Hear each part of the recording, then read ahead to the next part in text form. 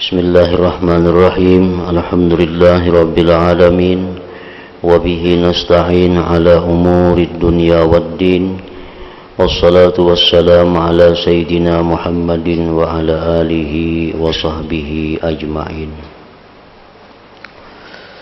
Qala al-imam hujjatul Islam Abu Hamid Al-Ghazali rahimahullah wa nafa'ana bi'ulumihi.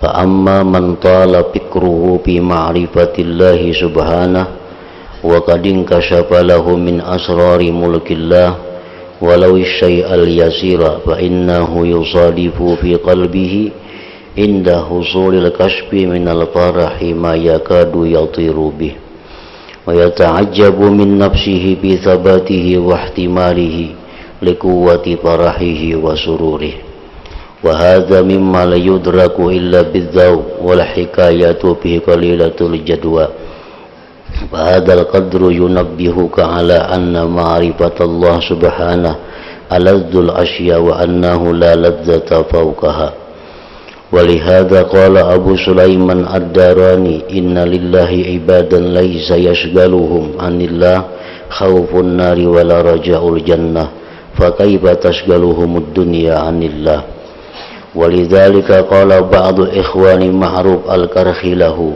أخبرني يا أبا محفوظ أي شيء هاجك إلى العبادة والانقطاع عن الخلق فسكت وقال ذكر الموت فقال وأي شيء الموت فقال ذكر القبر والبرزخ فقال وأي شيء القبر فقال خوف النار ورجاء الجنة فقال وأي شيء هذا Inna malikan hadza kulluhu biyadih in ahbabtahu ansaka jami'a dzalik wa in kanat bainaka wa bainahu ma'rifatun kafaka jami'u hadza. Makna kalam Imam Ghazali rahimahullah wa nafa'ana bi ulumih. Maka adapun orang yang panjang pemikirannya tentang ma'rifatullah subhanahu wa ta'ala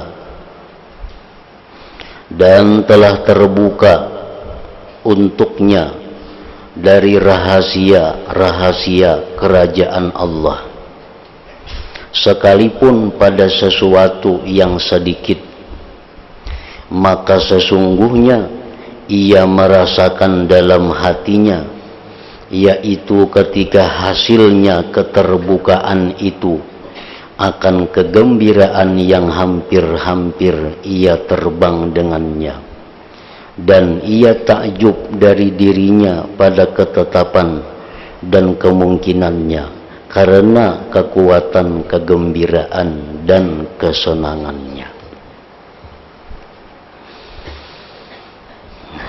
Artinya adalah orang-orang yang ma'rifat kepada Allah, maka dibukakan baginya rahasia-rahasia kerajaan Allah. Dibukakan baginya rahasia-rahasia ciptaan Allah.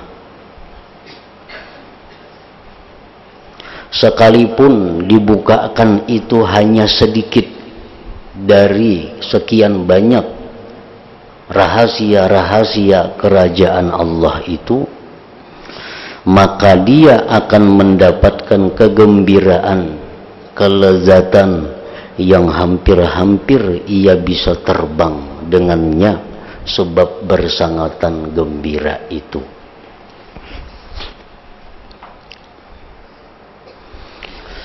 Nah, jadi orang yang diberi Allah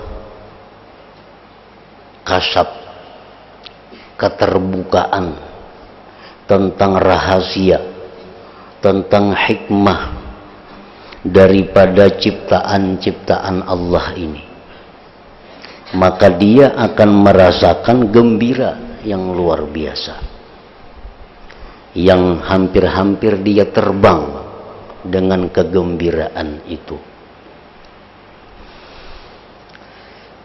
seluruh yang diciptakan Allah, mulai yang besar seperti langit bumi sampai yang sehalus-halusnya, itu semua mengandung rahasia, itu semua mengandung hikmah. Rabbana ma khalaqta hadza batila, Allah tidak menciptakan sesuatu pun tanpa ada rahasianya, tanpa ada hikmahnya, tanpa ada gunanya. Nah, apa kegunaannya, apa rahasianya? Ini makhluk yang diciptakan Allah. Apa rahasianya? Apa hikmahnya? Itu kada diberitahu kecuali kepada orang-orang yang ma'rifat kepada Allah Subhanahu wa ta'ala. Wa may yu'tal hikmata faqad utiya khairan katsira, barang siapa diberi Allah hikmah dari sesuatu, maka dia diberikan satu kebaikan yang sangat banyak. Jadi kada ada sesuatu pun yang diciptakan Allah itu kada mengandung rahasia. Cuma kita ini oleh karena kita kada ma'rifat kepada Allah, kada ma'rifat kepada nang ampunnya sesuatu, lalu kada dibukakannya apa rahasianya, apa gunanya, apa hikmahnya dari ciptaan Allah itu.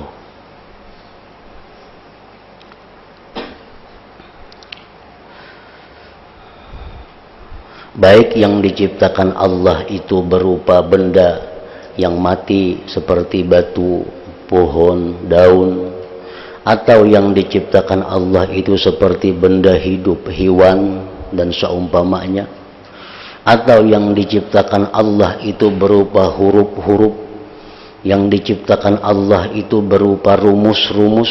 Nah, semuaan itu ada mengandung rahasia. Di dalam Al-Quran itu banyak rumus, banyak kata-kata isyarat yang kada diketahui hanya oleh orang-orang yang ma'rifat kepada Allah. Kayak alif lam ra. Nah, apa itu? Nah, kita kada tahu rahasia apa di balik alif lam ra itu. Apalagi dalam Al-Quran Yasin, apa itu ya lawan sin? Dalam Quran ada nun wal qalami wama yasturun. Nah, jadi kalau kita tahu rahasia-rahasia itu walaupun hanya sedikit diberikan Allah, maka kita akan menemukan kegembiraan, kelezatan yang luar biasa.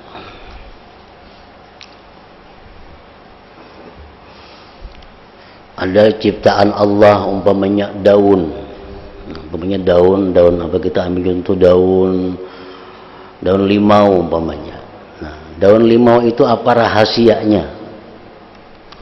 Nah, kita kada tahu karena kita kada diberitahu Allah, sebab kita kada ma'rifat kepada Allah. Padahal misalnya daun limau itu kalau kita genggam, kita baca akan alif lam ra, dibuka jadi duit 100.000. Cuma kita kada tahu rahasianya. Nah, makanya tahu rahasianya kita walaupun sedikit saja diberi Allah daripada kerajaannya ini, maka kita akan pasti menemukan kegembiraan yang luar biasa. Nabi Musa alaihi salam pernah sakit gigi. Nah, Allah membuka rahasia kepada Nabi Musa. Ujar Tuhan, wahai Musa, ambil itu rumput yang di tempat anu, maka kunyahlah rumput itu, niscaya kamu sembuh dari sakit gigi. Nah, dicari Nabi Musa rumput tadi, dikunyah Nabi Musa, hilang sakit gigi. Nah, rumput itu ada mengandung rahasia. Rahasianya apa? Menghilangkan sakit gigi. Nah, Allah memberitahu itu kepada Nabi Musa karena Musa alaihi salam orang yang ma'rifat kepada Allah Subhanahu wa ta'ala. Nah, jadi tadi orang yang ma'rifat itu bila dibukakan Allah kerajaan rahasia-rahasia kerajaan ini, maka pasti dia akan gembira, dia akan lezat yang luar biasa.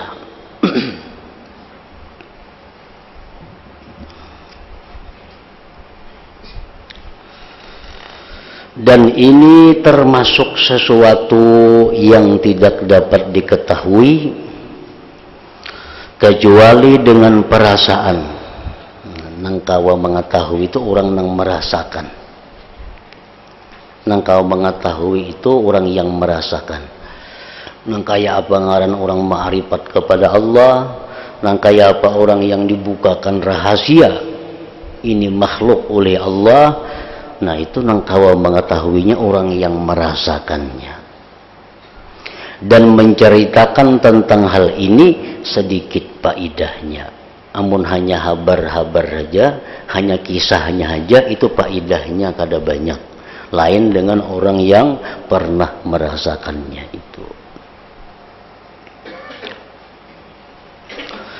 Maka pada sekedar ini mengingatkan kepadamu bahwa ma'rifat kepada Allah Subhanahu wa ta'ala adalah yang paling lezat, yang paling lezat dari segala sesuatu, dan tidak ada lagi kelezatan di atasnya itu ma'rifat kepada Allah.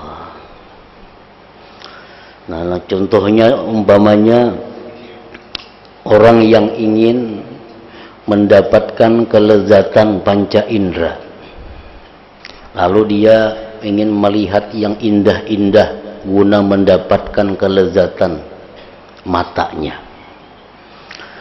Dia merasai, mencicipi makanan-makanan yang nyaman untuk merasakan kelezatan makanan itu.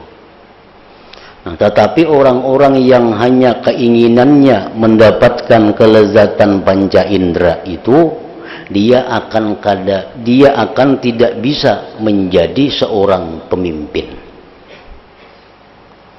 Orang yang hidupnya kadang mau susah, orang yang hidupnya kadang mau berjuang, orang yang hidupnya ini hanya hendak nang nyaman-nyaman daripada panca indera, ini kadang akan bisa jadi pemimpin. Padahal jadi pemimpin itu lebih lezat daripada makanan yang lezat. Sebabnya apa? Karena kalau ini orang jadi pemimpin, dengan mudah dia mendapatkan yang lezat-lezat itu. Hendak terbang ke sana jadi pemimpin, jadi kepala. Hendak makanan yang nyaman tinggal panggil datang. Hendak pesiar ke mana tinggal telepon berangkat. Nah, ini orang yang jadi pemimpin. Nah, kalau orang yang sudah ma'rifat kepada Allah itu, dia akan menemukan kelezatan-kelezatan yang dirasakan oleh pemimpin. Apalagi kelezatan yang dirasakan oleh orang-orang yang hanya mencari kelezatan panca indera. Nah, orang yang ma'rifat itu dia dengan mudah, kalau inya hendak jadi pemimpin, menjadi pemimpin. Inya hendak makanan yang nyaman, dapat makanan yang nyaman. Kenapa? Karena inya tahu rahasia-rahasia Tuhan tentang mendapatkan demikian itu. Inya tahu rahasianya. Kalau dia jadi pemimpin, ini rahasianya. Dengan mudah dia dapat pemimpin. Kalau dia hendak dapat yang nyaman, ini rahasianya. Tuhan memberitahu kepadanya. Nah, oleh karena itu, bahwa ma'rifat kepada Allah ini merupakan puncak kelezatan yang tertinggi. Sebab dengan ma'rifat kepada Allah, hendak jadi pemimpin mudah. Hendak makan yang nyaman mudah. Hendak kemanapun mudah. Maka pada sekadar ini mengingatkan kepadamu bahwa ma'rifat kepada Allah Subhanahu wa ta'ala adalah yang paling lezat dari segala sesuatu, dan tidak ada lagi kelezatan di atasnya itu.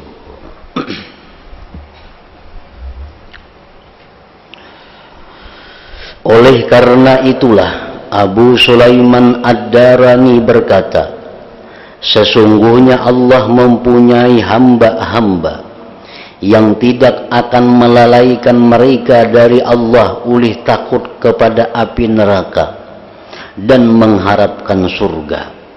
Maka bagaimana mereka dilalaikan oleh dunia dari Allah subhanahu wa ta'ala. Artinya Allah ta'ala itu ada mempunyai hamba.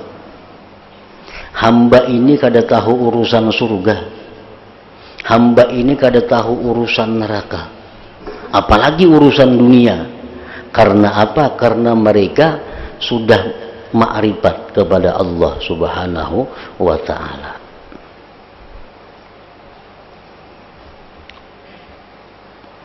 Nah, jadi Allah ada mempunyai hamba-hamba yang seperti itu. Nang kada tahu neraka, kada tahu surga, apalagi dunia. Nah, kesibukannya hanya dengan Allah subhanahu wa ta'ala. Nah, berhubung disebutkan tadi bahwa makrifat kepada Allah itu paling lezat sesuatu, maka orang yang makrifat dengan Allah ini kada mau lagi dia berlepas daripada Allah itu. Kada mau berlepas lagi. Nah, mereka berkata, orang-orang yang awam itu takutnya masuk neraka. Orang-orang awam itu takutnya mati su'ul khatimah. Kalau kami ini takutnya adalah didinding daripada Allah subhanahu wa ta'ala, dijauhkan oleh Allah subhanahu wa ta'ala. Artinya apa? Bahwa orang yang makrifat kepada Allah itu, walaupun mereka itu masuk surga, tapi terdinding dengan Allah, tetap mereka tidak menyukainya. Walaupun masuk surga, tapi terdinding lawan Tuhan, mereka kada ingin masuk surga. Mereka itu rela berada dalam neraka asalkan tidak terhijab dari Allah subhanahu wa ta'ala. Karena bagaimanapun neraka itu dahsyat pedihnya azab neraka, orang-orang yang makrifat kepada Allah itu kada akan merasa siksa api neraka itu, karena kalah dengan kelezatan ma'rifatullah tadi. Nah, jadi orang yang sudah terasai ma'rifat ini kada mau lagi nya melapas. Urusan dunia kah, urusan apakah, kada mau lagi itu melapas. Rabi'atul Adawiyah seorang perempuan wali yang dikenal sebagai pecinta Allah, dilamar oleh Amirul Basrah, Gubernur Basrah, melamar Rabi'atul Adawiyah. Nah, ujar Gubernur Basrah itu, kalau ikam hakun menerima lamaranku ini, ku jujur dengan 200 juta duit kita. Jujurannya 200 juta duit kita. Di samping itu pulang, kalau ikam hakun menerima lamaranku, ikam digaji tiap bulan itu 20 juta. Ujar Gubernur Basrah. Nah, apa jawaban Rabi'atul Adawiyah kepada gubernur itu? Walaupun engkau itu menjadi budakku, walaupun engkau memberikan kepadaku seluruh kekayaanku, kalau itu meninggalkan ma'rifatku kepada Allah, maka kada akan ku terima semua itu. Nah, karena apa? Karena ini Rabi'ah Adawiyah sudah merasakan ma'rifat itu kelezatannya luar biasa. Kada tergoda dengan duit sekian ratus juta, kada tergoda dengan gaji puluhan juta, kalau akan meninggalkan ma'rifat kepada Allah subhanahu wa ta'ala.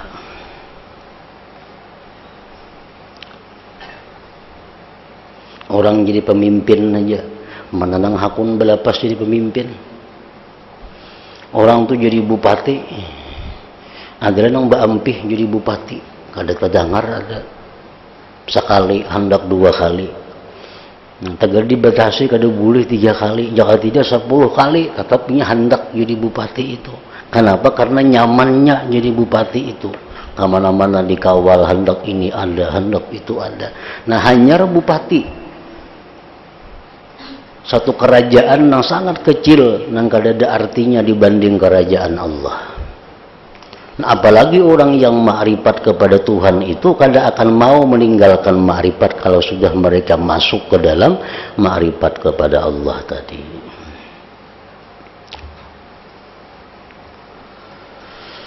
Dan oleh karena itu sebagian saudara Ma'ruf Al-Karhi berkata kepadanya Ma'ruf, beritahukanlah kepadaku wahai Abu Mahfuz, itu panggilan Ma'ruf, sesuatu apakah yang menggerakkan kamu kepada ibadah dan bisa berputus dari makhluk? Kenapa pian ini kuat bana beribadah? Kada tahu urusan makhluk. Kalau pian beribadah pian kada tahu urusan makhluk. Apa sebabnya? Maka ia Ma'ruf Al-Karhi diam. Lalu saudaranya bertanya, apakah mengingat-ingat mati? Apakah pian tu ingat mati, lalu pian tu beribadah ya kepada Allah? Ma'ruf lalu bertanya, yang manakah itu mati? Mati itu napa? Saudaranya itu berkata, apakah mengingat-ingat alam kubur dan alam barzakh yang menyebabkan engkau ini rajin, tekun beribadah? Ma'ruf lalu bertanya, yang manakah itu alam kubur? Alam kubur itu nang mana garang? Saudaranya lalu berkata, apakah karena takut akan neraka dan mengharap surga sehingga engkau tekun beribadah? Ma'ruf lalu bertanya lagi, yang manakah keduanya itu, surga dan neraka? Sesungguhnya pemilik semua itu adalah pada kekuasaannya. Nah, ujar Ma'ruf, surga, neraka, barzakh, mati itu ampunnya hanya satu. Jikalau kamu mencintainya, niscaya kamu melupakan semuanya itu demi dia. Dan jika ada di antara kamu dan dia ma'rifat, niscaya akan cukuplah untukmu akan semua ini. Nah, kalau ma'rifat kepada Allah, cukup sudah. Urusan kubur selamat, urusan neraka selamat, barzakh selamat. Dan orang yang ma'rifat kepada Allah itu pasti mencintai Allah. Man arafallah faqad ahabbah. Siapa yang ma'rifat kepada Allah pasti mencintainya. Mau kada mau, kalau orang kenal lawan Allah tu pasti cinta kepada Allah. Dan kayak apa cintanya kepada Allah tergantung pengenalannya kayak apa lawan Allah. Nah, orang yang hanya kenal Tuhan itu lewat buku, lewat pelajaran, mungkin cintanya kepada Allah demi sekian persen. Orang yang ma'rifat kepada Allah, yang sudah merasakan ma'rifat kepada Allah, itu lain lagi cintanya kepada Allah. Nah, puncak kecintaan kepada Allah itu adalah melupakan segala-galanya. Kada tahu lagi neraka, kada tahu lagi surga, karena yang ditujunya itu adalah Allah. Apabila dalam mencintai Allah itu kita masih ingat surga, kita masih ingat neraka, itu menunjukkan cinta kita kepada Allah belum sepenuhnya. Berarti ma'rifat kita pun belum sepenuhnya. Nah, kita masih takutan lawan neraka, kita masih mengharap surga, nah, kita masih banyak permintaan macam-macam yang kita ingat. Di samping itu kita cinta juga lawan Tuhan, itu menunjukkan bahwa cinta kita lawan Tuhan itu belum bujur, belum penuh. Akibat dari ma'rifat kita belum bujur. Sama orang ini mencintai seseorang perempuan. Nah, kayak apa cintanya kepada seseorang perempuan yang seringkali diibaratkan dalam orang-orang sufi dengan sebutan salma atau salwa. Nah, jadi yang satu ini mencintai salwa itu. Salwa itu ibaratnya adalah ungkapan dari Allah Subhanahu wa Ta'ala, diungkapkan dengan seorang perempuan. Nah, salwa ini berada di suatu gedung. Banyak pecinta-pecinta salwa. Ada yang seekong masuk mendatangi Salwa itu. Bulik kayak apa tadi? Bertemuan lawan Salwa, bertemuan. Kayak apa? Kursinya, hebat, kursinya emas. Kursinya emas. Ruangannya dingin, ruangannya bagus, banyak taman, permata, macam-macam. Sudah bertemuan juga lawan Salma.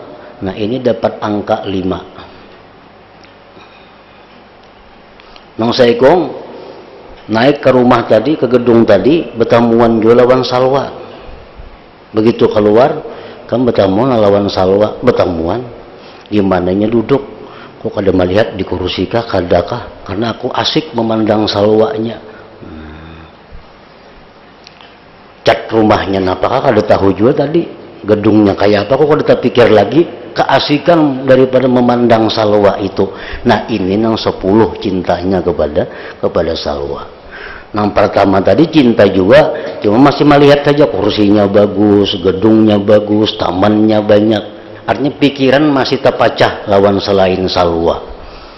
Nang kedua ini kada tahu lagi di mana Salwa tadi duduk, di mana kada melihat lagi. Nah, begitu keluar dua orang ini, ditutup pintu gedung. Jadi disuruh yang pertama tadi, ikam lagi sekali masuk ke gedung itu, datangi Salwa. Masuk, jalan, lawang betutup, tuk, mengatuk. Mengatuk, dibukai. Temuan lagi lawan Salwa, bulik. Kayak apa ikam tadi? Tukatuk aja di rumahnya. Keluar Salwanya, bertemuan sawat. Nah, ini yang pertama tadi. Ada yang kedua tadi, begitu disuruh datang ke rumah Salwa, berangkat ke rumah Salwa. Sampai di muhara lawang, langsung mencium lawang. Lawang dicium, dipusut. Kenapa jurang? Kukira Salwa lawang tadi. Ini orang yang cintanya 10 tadi kepada Salwa. Lawan lawangnya kada melihat lagi nya, dikira Salwanya sudah. Nah, ini menunjukkan ma'rifatnya kepada Salwa itu luar biasa. Nah, jadi orang-orang yang kelas seperti itu, yang kada tahu lagi neraka, kada tahu lagi alam barzakh, kada tahu lagi surga. Kenapa? Karena hatinya sudah sibuk dengan yang memiliki semuaan itu, Allah Subhanahu wa ta'ala.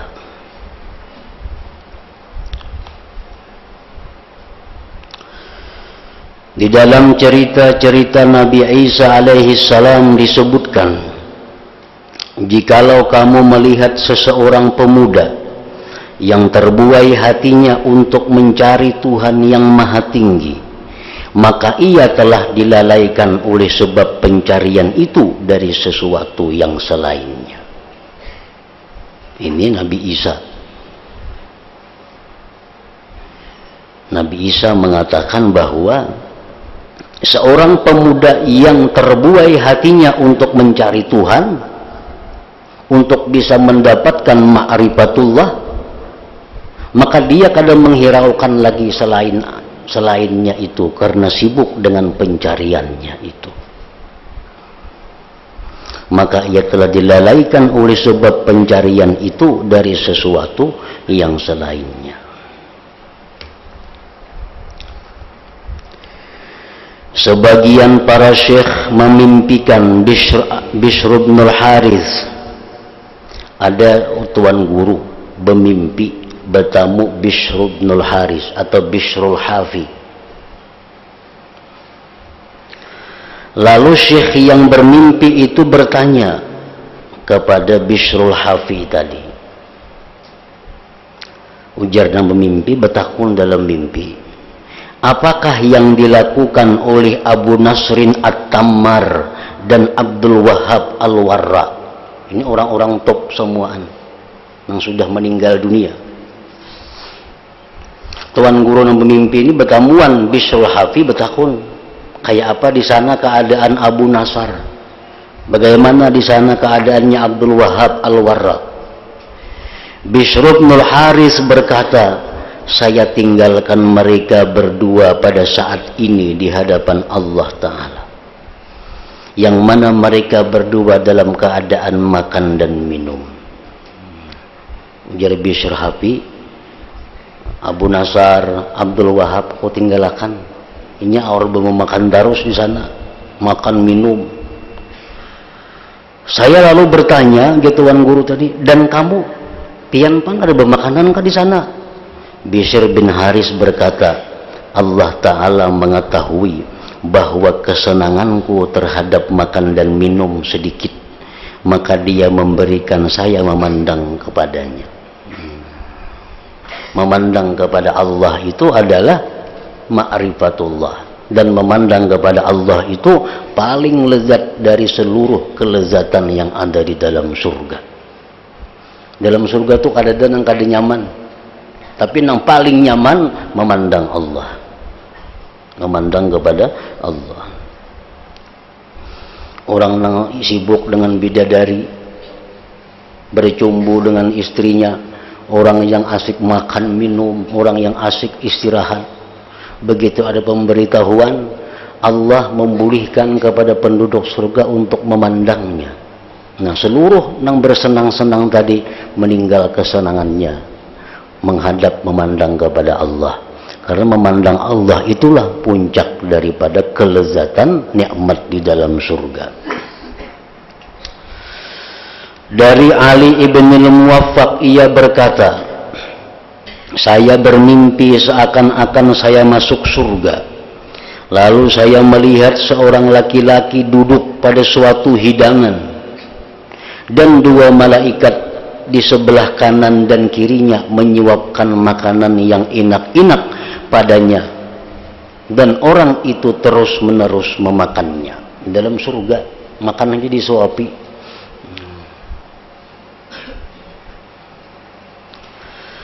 Dan saya, ujar Ali Muwaffaq, melihat pula seorang laki-laki yang berdiri di pintu surga, di mana ia memperhatikan wajah semua manusia.